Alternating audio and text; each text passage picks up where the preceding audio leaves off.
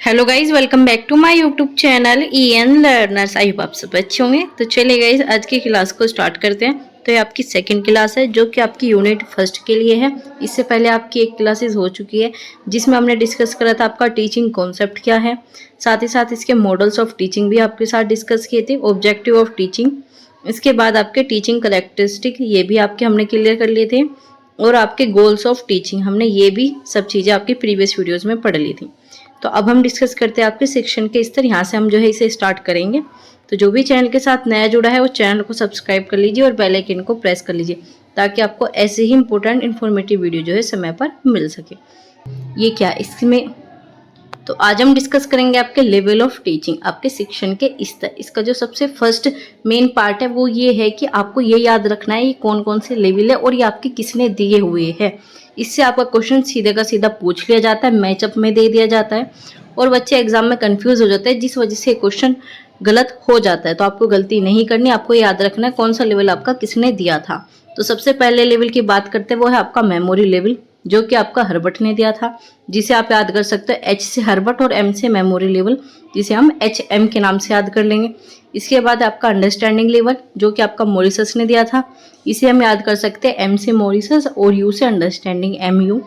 इसके हंट, इसके बाद आपका रिफ्लेक्टिंग, जो कि आपका हंट के द्वारा दिया गया था, तो इसे हम HR के नाम से याद कर सकते हैं। तो आपको इस तरीके से याद करने जिससे आप बाद में कंफ्यूज ना हो।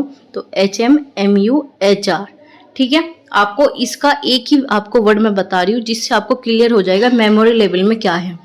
मेमोरी लेवल जो है आपका बिल्कुल थॉटलेस है, इसमें आपको कोई भी थिंकिंग का लेवल नहीं होता। ये जो है आपको छोटे बच्चों में देखने को मिलता है। जैसा आप बच्चों को पढ़ाओगे बच्चे चुपचाप वैसा पढ़ लेते हैं, वहां पर बच्चे चिंतन नहीं कर पाते, तो वो क्या हो गया आपका थॉटलेस हो गया। लेकिन जैसे ही बच्चे धीरे धीरे बड़े होते हैं तो वो चिंतन करना स्टार्ट कर देते हैं। तो उसके बाद जो होता है उनका अंडरस्टैंडिंग, उनकी समझ का स्तर जो है बढ़ने लगता है। वो चीज़ों को समझने लगता है, अगर ये चीज़ ऐसी हो रही है तो क्यों हो रही है, उसका रीज़न, तर्क, चिंतन, ये सारी चीज़ें करने लगते हैं। तो क्या हो जाता है आपका थॉट फुल हो गया। लेकिन जब आप रिफ्लेक्टिंग लेवल की बात करते हो तो ये बिल्कुल आपका चिंतन पर चला जाता है, ठीक है। यहाँ पर बच्चा उन भी चीज़ों के बारे में सोचने लगता है जो उसके सामने होती भी नहीं है, ठीक है। ये बहुत ही आपका हाई लेवल का मान सकते हो। इस शिक्षण के स्तर में जो सबसे ज़्यादा पावरफुल है वो है आपका रिफ्लेक्टिंग लेवल। तो ये जो है आपका मोस्ट थॉटफुल होता है, इसमें आपका सबसे ज़्यादा चिंतन देखने को मिलेगा। और जिसमें बिल्कुल चिंतन नहीं होगा वो होगा आपका मेमोरी लेवल, जिसमें आपको सिर्फ रटना है। अगर कोई चीज़ आपके सामने है बस सीधा आपने वो रट ली, समझी नहीं है, फिर उसके बाद में आप उस चीज़ों को समझने स्टार्ट कर दोगे तो हो गया अंडरस्टैंडिंग। लेकिन फिर एक ऐसा भी टाइम आता है जिसमें आपके सामने चीज़ें नहीं होती, तो आप उसके ऊपर भी चिंतन करना स्टार्ट कर देते हो, जिसे आप बोलते हो रिफ्लेक्टिंग लेवल, ठीक है। ये हमने बिल्कुल शॉर्ट में जाना, एक एक लाइन में इनका मीनिंग समझ लिया। अब इन्हें हम डिटेल में डिस्कस करते हैं। तो सबसे पहले आपका मेमोरी लेवल ऑफ टीचिंग, ठीक है। आपका यहाँ पर लिखा हुआ है ज्ञान को प्रदान करना। इसमें क्या होता है, सिर्फ नॉलेज को लेना होता है, याद करना, स्मृति बनाना, पहचानना, ठीक है। इसमें हम लोड लर्निंग या फिर आप कह सकते हो सिर्फ इसमें हम रटने पर बल देते हैं। इसमें हमारे सामने स्मृति बनती है, कोई चीज़ है वो हमने चीज़ें देख ली, ठीक है, मेमोरी बन गई। इसके बाद हम चीज़ों को पहचानते हैं, ठीक है। इसमें लर्नर तक ज्ञान सूचना प्रदान करना है, सिर्फ आपको यहाँ पर चीज़ें बतानी है। जैसे बच्चों को क्या करना है, पहाड़े आप रटवा रहे हो तो क्या करिए, बच्चा सिर्फ उन्हें रट रहा है। वो पहाड़ा अगर 2 के बाद 4 आया है, क्यों आया है वो बच्चों को समझ में नहीं आ रहा, लेकिन बच्चा क्या करे, बस बच्चों को इतना पता है 2 के बाद 4 है, 4 के बाद 6 है, लेकिन क्यों है ये नहीं पता। यही आपका मेमोरी लेवल है। सीधा बच्चे को ज्ञान मिल रहा है, लेकिन क्यों, रीजन, तर्क, ये सारी चीजें यहाँ पर नहीं होती, तभी इसी वजह से इसे थॉटलेस कहा जाता है। अध्यापक ज्ञान को भरने की कोशिश करता है, ठीक है। और इसके जो प्रदाता है या फिर आप कह सकते हो इसके जो फादर है या मेमोरी लेवल किसने दिया, आपका हर्बट ने दिया, जो कि मैंने अभी आपको थोड़ी देर पहले बताया, ठीक है। इसमें जो है आपका रिव्यू, रिवीजन, आस्किंग क्वेश्चन भी होता है, ठीक है। रिव्यू कैसे, जैसे कि बच्चे को पढ़ाया, हम उसका बच्चे से सुनेंगे, रिव्यू करेंगे, रिवीजन बच्चे से पूछेंगे कैसे याद हुआ, कितना याद हुआ, ठीक है। इस तरीके का ये आपका होता है। इसमें जो है आपकी मूल्यांकन, मौखिक, लिखित, निबंध आदि परीक्षा होती है। जैसे बच्चों के हम एग्जाम लेते हैं, तो बच्चों के एग्जाम हम क्यों लेते हैं, हम यही तो देखने के लेते हैं ना बच्चे ने कितना सीखा, तो ये ही लिया जाता है। जैसे इसमें ओरल टेस्ट हो गया, आपका रिटन टेस्ट हो गया, निबंध से हमने कोई चीज़ बच्चों को पढ़ाई, समझाई, तो उसमें क्या होता है, हमने देखा बच्चा ऐसे का ऐसा लिखता है। जैसे छोटे बच्चे होते हैं, अगर उन्हें आप क्वेश्चन आंसर याद करने को देते हो तो बच्चा बिल्कुल जो उसकी कॉपी में लिखा है बच्चा उसे ही ऐसे कैसे याद कर लेता है। लेकिन जैसे कि आप अगर आपको कहा जाए कि आप इस क्वेश्चन को ऐसे कैसे याद करो, पहले तो आपको याद नहीं होगा। अगर आपने याद कर भी लिया तो आप उसे सेम टू सेम नहीं लिख पाओगे, उसमें आप अपना चिंतन अपनी समझ जरूर ऐड करोगे। तो यही अंतर होता है कि यहाँ पर क्या होता है, सिर्फ आपका मूल्यांकन होगा, वो भी मौखिक, लिखित और निबंध के आधार पर। यहाँ पर आपका सीधा मूल्यांकन हो जाता है। तो यही आपका मेमोरी लेवल था। इसमें मैंने आपको लगभग सारी चीजें बता दी। अगर आपको इसमें कोई भी प्रकार का कंफ्यूजन बचा हो तो आप मुझे कमेंट करके बता सकते हो। अब आगे बात करते हैं अंडरस्टैंडिंग लेवल ऑफ टीचिंग, समझ का स्तर। ठीक है, ये क्या होती है, आपकी समझ पर आधारित होती है। इसमें आप व्याख्या कर पाते हो किसी भी चीज की। जैसे कि आपने 2 का आपने पढ़ा कि 2 दूनी 4 होता है, लेकिन आपको यहाँ पर समझ में आएगा ये 4 क्यों है, क्योंकि हमने 2 में 2 प्लस करा तो हमारा यहाँ पर 4 आ गया। तो यहाँ पर क्या होती है, आप व्याख्या कर पाते हो, समझ पाते हो ये चीजें क्यों हो रही है। ठीक है, व्याख्या करता है, समझता है, अर्थ का पता लगाने की जानना चाहता है कि अगर ये चीज ऐसी है तो वो क्यों है, इसमें आप पता लगाते हो। इसमें जो है ये आपका मध्य स्तर है, आपका किसका, आपका टीचिंग का, लेवल ऑफ टीचिंग का। ये आपका मिडल है, आपका मध्य में आता है, तो ये आपका मध्य स्तर है। ठीक है, ये आपका विचारशील है। विचारशील मतलब इसमें आपका थॉट प्रोसेस चलता रहता है, विचारशील है, इसमें आप थिंकिंग करते हो। आगे है ये आपका मेमोरी ऑफ रिफ्रैक्टिंग, दोनों के बीच का पार्ट हो गया, इसी वजह से आपका इसका मध्य स्तर कहते हैं। इसमें जो है आप अप्लाई फैक्ट, आप इसमें फैक्ट को जानते हो, कॉन्सेप्ट और प्रिंसिपल को समझते हो। ये सारी चीजें जो आप अंडरस्टैंडिंग में ही लाते हो कि आप ये चीजें समझोगे, इसका फैक्ट क्या है, कॉन्सेप्ट क्या है, इसके प्रिंसिपल क्या है, इन चीजों को समझ के हो। चिंतन की पहली अवस्था आवश्यक है, तभी अगली की क्रिया होती है। अगर आप किसी चीजों को समझना स्टार्ट नहीं करोगे तो आप उस चीज पर चिंतन भी नहीं कर पाओगे। तो यही कारण है कि आपका अंडरस्टैंडिंग लेवल इंपॉर्टेंट है। आगे की आपके जितने भी लेवल आपका है, जैसे कि आपका रिफ्लेक्टिंग लेवल हो गया, उसे समझने के लिए आपका चिंतन जरूरी है। इसमें आप क्या करते हो, समझना, ज्ञान प्राप्त करना, अनुमान लगाना, ये सारी चीजें जो है इसके अंदर होती है।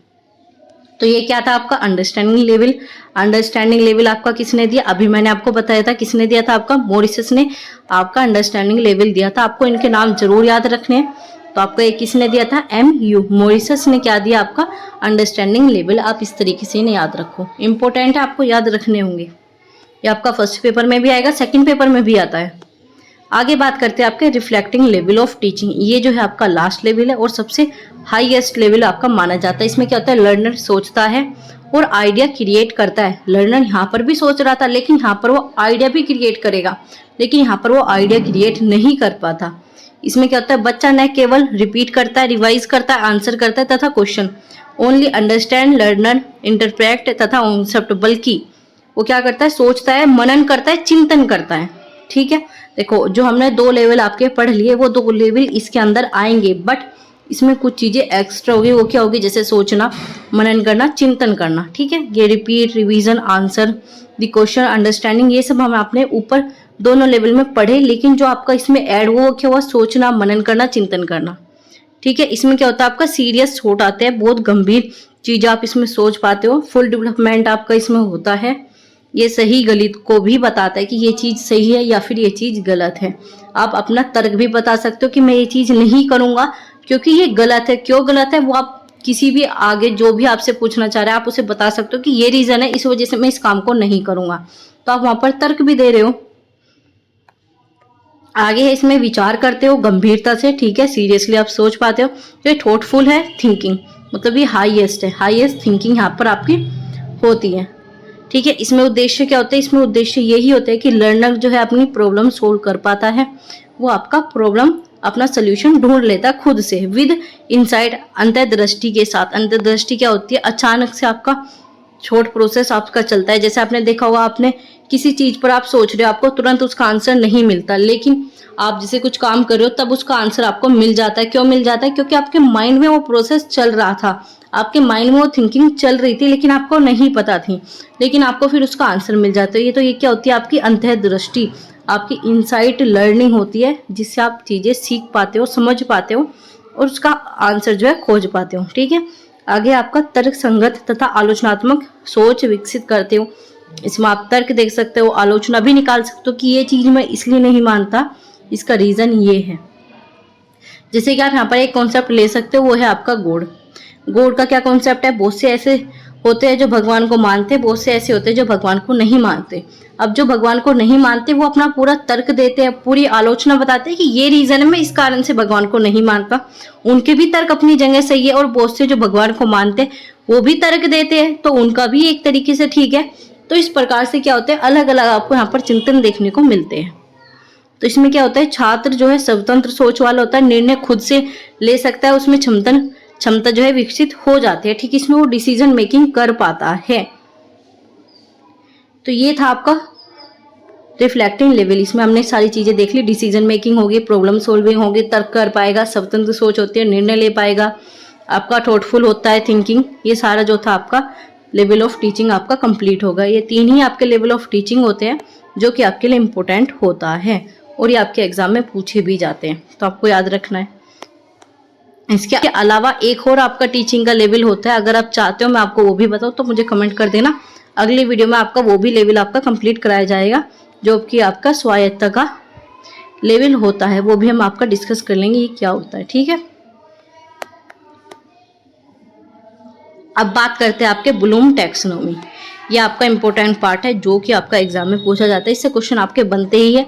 इस बार भी बने थे, जो आपका जून वाली शिफ्ट थी उसमें भी इससे कई क्वेश्चन आए थे, और जो आपके मार्च में एग्जाम हुआ था उसमें भी आपके कई क्वेश्चन इससे देखने को मिले थे। अब बात करते हैं आपके, इसमें 3 पार्ट में डिवाइड है। कौन सा 3 पार्ट? सबसे पहले कोग्निटिव, साइकोमोटर और आपका अफेक्टिव। आपको सीधा याद रखना, आपने कभी डेवलपमेंट के प्रिंसिपल पढ़े होंगे या कुछ भी आपने, या गांधी का भी पढ़ा होगा, उन्होंने आपके 3H दिए थे। 3H में क्या था, एक आपका माइंड का, ठीक है, हेड हो गया, फिर आपका हैंड हो गया, और आपका हार्ट हो गया। ये आपके 3 कॉन्सेप्ट जो है गांधी ने दिए थे 3H के। ठीक है, तो यहाँ पर भी वो तीनों ही 3H होगा।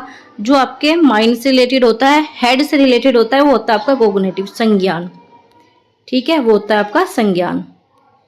लेकिन जो आपका साइकोमोटर है वो आपका हैंड से, वो किस चीज से रिलेटेड होता है, वो आपका शारीरिक हो गया।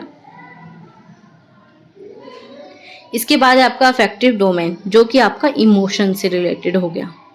ठीक है, तो इस प्रकार से जो है ये सारे 3 पार्ट में डिवाइड है, कोग्निटिव, साइकोमोटर और आपका अफेक्टिव, जिसे आप कह सकते हो संज्ञान, आप इसे शारीरिक कह सकते हो, और इसे आप इमोशन से रिलेटेड कह सकते हो। ठीक है, इसमें भी आपके अलग अलग स्टेप, और इन स्टेप से क्वेश्चन पूछा जाता है। तो आपका जो सबसे फर्स्ट है वो है आपका कोग्निटिव। कोग्निटिव में आपके रिमेम्बरिंग आ गया, understanding, apply, analyse, evolution, creating. ये आपका कोग्निटिव का जो है ये आपका 2 बार आया था, इसे हम आगे डिटेल में ये सारी चीजें भी देखेंगे। ठीक है, लेकिन अभी जो है हम इसे देख लेते हैं। इसके बाद ऐसे साइकोमोटर में आपका इमिटेशन, मैनिपुलेशन, आपका प्रीसियंस, आपका आर्टिकुलेशन, आपका नेचुरलिज्म। इसके बाद है आपका अफेक्टिव डोमेन, इसमें आपका receiving, responding, valuing, organisation, intelligence, values. ठीक है, अब इसमें बात करेंगे हम, इन्हें डिटेल में समझेंगे कि कोग्निटिव क्या होता है, साइकोमोटर क्या है, अफेक्टिव क्या होता है। ये हम जो है आपको ये जितने भी नाम आपको बताया इन्हें याद रखना, आप इन्हें शॉर्ट ट्रिक से याद रख सकते हो। जैसे कि इसका आप R उठा लो, RUAAEC। ठीक है, ये क्या हो गया, RUAEC। ठीक है, इस तरीके से इसका है क्या, IM पेन। ठीक है, इस तरीके से याद कर लो, बहुत ईजी ट्रिक है। आप इसे RRVOI, ठीक है, RRVOI, इस तरीके से जो है आपको इनके नाम याद रखने, आपको इनके नाम याद होने ही चाहिए, तभी ये चीज़ें आपके काम आएगी। अगर आपको इनके नाम याद नहीं है तो आपके एग्जाम में क्वेश्चन नहीं बनेंगे, सीधा का सीधा स्टेप पूछ लिया जाता है कि आपका इसके बाद जो है आप कौन सा आएगा, तो आपको M से याद रखना है, मैनिपुलेशन आ गया। ऐसे आपको कुछ भी इसमें से पूछ लिया जाता है स्टेप लगाने वाले, या फिर ऐसे भी कर देते हैं, इसके आपके 4 ले लिए और इसका 1 ले लिया, तो पूछ लेंगे कौन सा आपका अफेक्टिव डोमेन से रिलेटेड नहीं है। या फिर ऐसे करेंगे, कोग्निटिव के आपके 3 ले लिए, 1 आपका यहाँ से ले लिया, तो पूछ लेंगे कौन सा जो है आपका साइकोमोटर से रिलेटेड है। तो इस तरीके से आपको कंफ्यूज कर दिया जाता है, तो आपको इनके नाम याद रखने जरूरी है। तो अब हम बात करते हैं आपका कोग्निटिव डोमेन है क्या। कोग्निटिव डोमेन है आपका सोच, ज्ञान को विकसित करने में, जैसे बताया आपका माइंड से रिलेटेड है।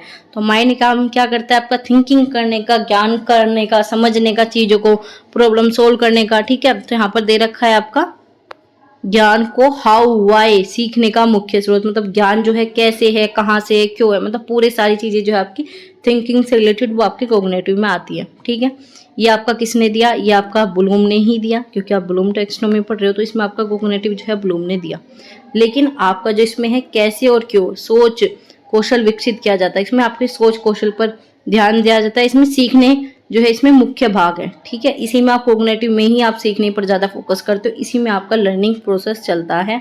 मानसिक विकास, ज्ञान अर्जन करना, आपके मानसिक रूप से ज्ञान को अर्जन करना, ज्ञान को सीखना, यही आपका कॉग्निटिव है। जैसे कि इसमें हो सकता है ज्वार भाटा क्यों आते हैं, जो आपके कॉन्सेप्ट है उसका हम रीजन ढूंढे, क्यों आते हैं, कैसे आते हैं, क्यों हुआ। ठीक है, अब वही है कि आपका जो सेब नीचे गिरा वो सबके ऊपर गिर रहा था, लेकिन न्यूटन ने ही क्यों सोचा कि ये सेब नीचे ही क्यों गिर रहा है, उन्होंने वाई खोजा। ठीक है, तो वही क्या आपका कॉग्निटिव है। आपको कॉग्निटिव समझ में आ गया? कॉग्निटिव सीधा आपके ज्ञान से संबंधित है, सोच से संबंधित है, आपके मानसिक रूप से ये चीजें विकसित होती है। आगे बात करते हैं आपका अफेक्टिव। अफेक्टिव क्या आपका प्रभावी, या फिर मैंने बताया था आपका इमोशन से रिलेटेड। ठीक है, आपका इमोशन से देखने को मिलेगा। ये आपका किसके द्वारा दिया गया था? ये आपका दिया गया था क्रोथ बोहल का वर्गीकरण। ये आपका किसका है? क्रोथ बोहल। आपको याद रखना है, ये भी पूछा जाता है इफेक्टिव किसने दिया। बहुत से बच्चे क्या सोचते हैं ये ब्लूम टैक्सोनॉमी में से है तो आपका ये भी ब्लूम ने दिया, तो ऐसा नहीं है। ये तीनों ही कॉन्सेप्ट अलग अलग आए थे, तो ये किसने दिया था? आपका क्रोथ बोहल के द्वारा वर्गीकृत हुआ था। तो ये किसका दृष्टिकोण पर आधारित है? मूल्य पर, रुचियों पर, प्रशंसा पर केंद्रित है, भावना के रूप में। ठीक है, इमोशन से रिलेटेड। इमोशन आपका इसमें सुख दुख, फीलिंग, आपका प्रशंसा, उत्साह, रोना, ये सारी चीजें जो है आपकी इसी से इफेक्ट करती है इसमें। जैसे कि भावनाएं हो गई, मूल्य हो गई, प्रशंसा। मूल्य क्या होते हैं? किसी व्यक्ति के इमोशन होते हैं। अगर कोई चीजें मान रहा है तो वो क्या है? आपके इफेक्टिव है, प्रभावी है, इमोशन है। तो इसमें आ गया उत्साह, प्रशंसा, प्रेरणा, दृष्टिकोण, ये सब जो है आपके अफेक्टिव डोमेन में आते हैं।